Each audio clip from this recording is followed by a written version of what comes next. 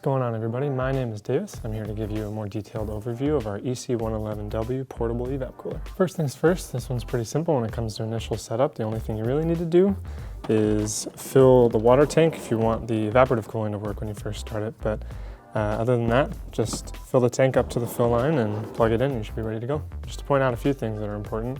Up on top here we have the full control panel, all the buttons and controls that you need. Right here on the front, it's off right now, but this will be a small screen where it shows all of your current settings. Down here we have the fill line, min and max lines for the water tank. The water tank you actually fill from the back.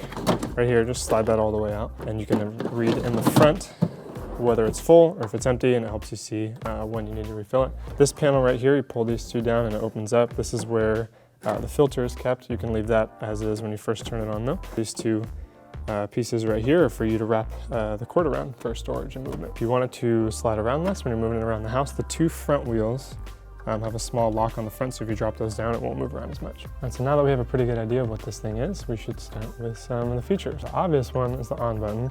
That is the far left button on the top. Press that once and it'll start on the lowest fan setting. It's also the speed button, so if you press it once more, it jumps to the second level of the fan speed, and then press it one more time and it's the highest speed it'll get. And then press it again to cycle back through. Second button over right next to it allows you to switch between evaporative cooling and just the normal fan cooling. So when you press that, a little blue icon will pop up. It's a snowflake. That will turn on the water pump down here, which will start pulling water through and doing more evaporative cooling rather than just fan cooling. One thing to note is that when you are on the evaporative setting, you can only switch between the lowest and the middle fan speed. So if you press that first button again to change the fan speed, you have two options, the lowest one and the middle one, and that'll keep cycling back between those two. If you wanted to hit the highest fan speed, you have to turn off the evaporative cooling with the second button and press the first one until you're on the highest setting. So the next button over is your mode button. So when you press that once, first option, this little icon with the three wavy lines there, is what we call natural mode.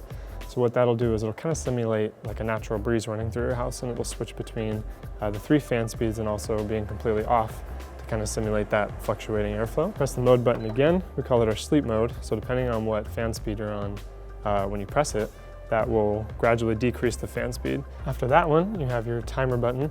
Depending on how many times you press it, it'll go in increments of 30 minutes. You start pressing that, and it'll range from 30 minutes to up to 7.5 hours. And after that timer is up, if you leave it sitting on the time that you selected, it'll turn off.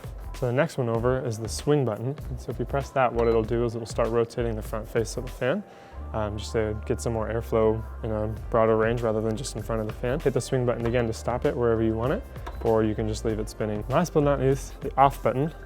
Button on the far right, just press it once, everything will shut down. So there's a quick rundown of the EC111W Portable Evap Cooler. If you have any questions on this, you can visit the store link for this product in the description below, or just leave a question in the comments.